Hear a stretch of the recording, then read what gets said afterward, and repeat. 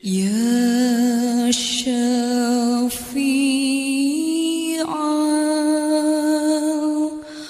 الخلق الصلاة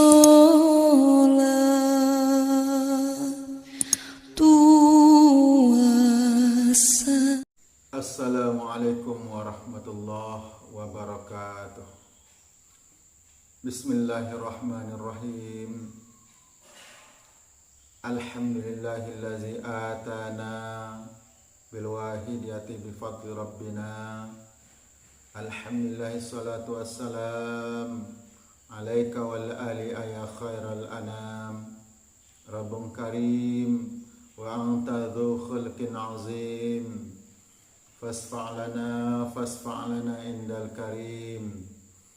Ya ayyuhal ghawthu salamullah alaika rabbini biiznillah wanzur ilaya sayyidi binazrah musilati lil hadratil aliyah amma ba'd. Pada kesempatan kali ini saya akan menyampaikan kuliah wahidiyah bagian pertama. Allah Subhanahu wa ta'ala, Tuhan yang Maha Pencipta dan Maha Pengatur, menciptakan manusia dengan memberinya dua macam kekuatan, yaitu kekuatan jasmani dan kekuatan rohani, atau kekuatan atau kemampuan yang bersifat lahiriah dan kemampuan yang bersifat batiniah. Manusia terdiri dari dua macam badan, yaitu badan jasmani dan badan rohani. Masing-masing badan oleh Allah Subhanahu wa ta'ala diberi kekuatan atau kemampuan yang berbeda-beda sifat dan dayanya. Hanya manusia yang diberi dua macam kekuatan. Seperti itu, makhluk-makhluk selain manusia, baik itu golongan malaikat ataupun makhluk bangsa jin dan makhluk halus lainnya, lebih-lebih makhluk jenis kasar, tidak diberi dua macam kekuatan seperti yang diberikan kepada manusia. Bangsa jin mungkin memiliki dua kekuatan seperti itu, akan tetapi terbatas, tidak seluas yang dimiliki oleh manusia. Buktinya yaitu Nabiullah Sulaiman alaihissalam pernah merajai manusia dan sekaligus bangsa jin dan makhluk-makhluk lainnya. Sedangkan belum pernah kita mendengar ada bangsa jin yang membawahi manusia. Malaikat dalam beberapa hal menempati tingkatan yang lebih tinggi daripada manusia, akan tetapi terbatas mengerjakan tugas-tugas tertentu.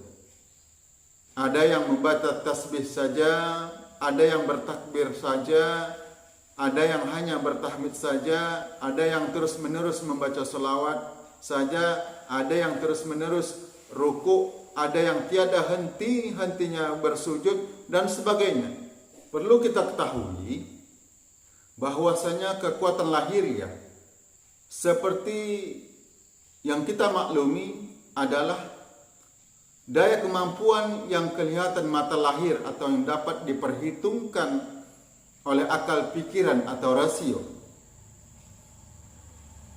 Akal pikiran atau rasio itu sendiri pun tergolong kekuatan lahir. Betapapun besarnya kemampuan lahiriah manusia, akan tetapi masih terbatas sekali apabila dibandingkan dengan kemampuan batin atau jiwa manusia. Kekuatan lahir hanya bisa berhubungan dengan alam lahir atau alam nyata, sedangkan kekuatan batin atau jiwa manusia dapat menjelajahi alam metafisika, bahkan dapat mengadakan komunikasi dengan alam luar manusia, dengan alam jin dan alam malaikat, bahkan dapat beraudiensi dengan Tuhan pencipta seluruh alam ini. Pusat segala kegiatan manusia, baik kegiatan jasmani maupun rohani, terletak di dalam hatinya.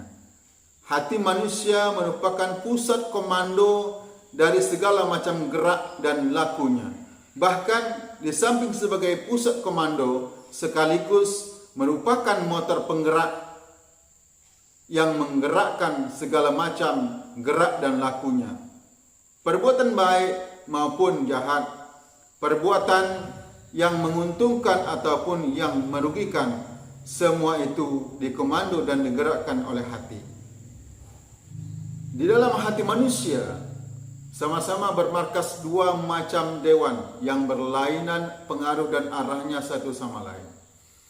Bahkan saling bertolak belakang dan saling berlawanan. Yang satu dewan perancang kebaikan dan satunya lagi dewan perancang kejahatan. Siapa di antara dua dewan itu yang dominan atau berkuasa di dalam hati, dialah yang memegang komando segala gerak dan perbuatan atau tindakan manusia.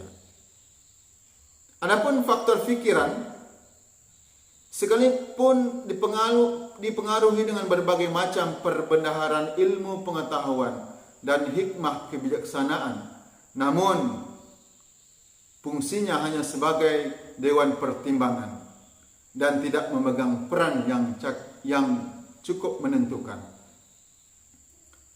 Dalam kehidupan sehari-hari, kita sering melihat, mendengar, atau mungkin pernah bahkan sering mengalami sendiri bahwasanya akal pikiran manusia dapat membedakan mana yang baik dan mana yang tidak baik. Dapat membedakan antara yang benar dan yang batal. Dapat mengetahui mana yang menguntungkan dan mana yang merugikan. Mengerti itu halal, ini haram. Mengerti itu boleh dikerjakan dan ini tidak boleh dan sebagainya. Akan tetapi di dalam prakteknya justru sebaliknya. Yang baik ditinggalkan, yang buruk dikerjakan. Yang menguntungkan dijauhi dan yang merugikan malah dilakukan. Yang haram dikejar-kejar dan yang halal tidak dihiraukan. Yang benar tidak diikuti dan yang batal dipergauli.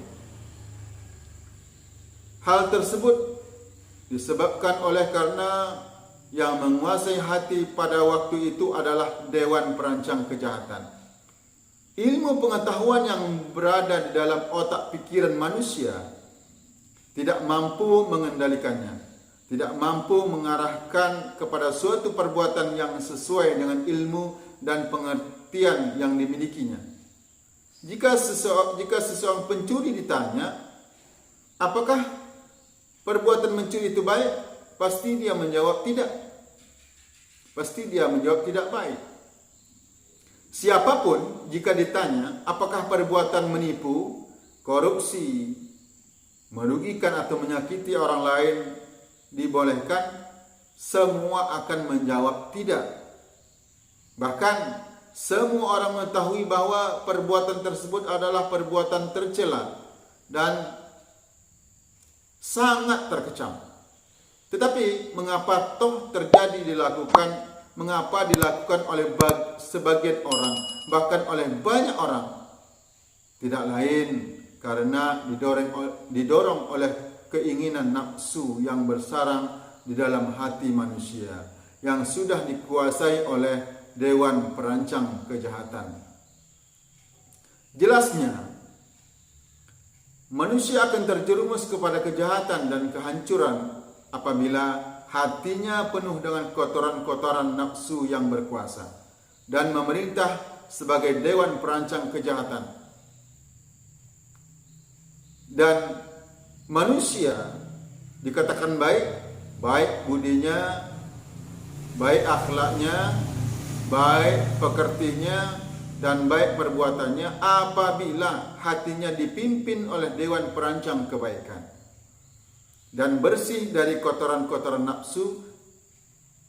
Oleh karena itu, hati manusia harus selalu dibersihkan dari kotoran-kotoran dan dari hama penyakitnya dengan menempatkan dewan perancang kebaikan.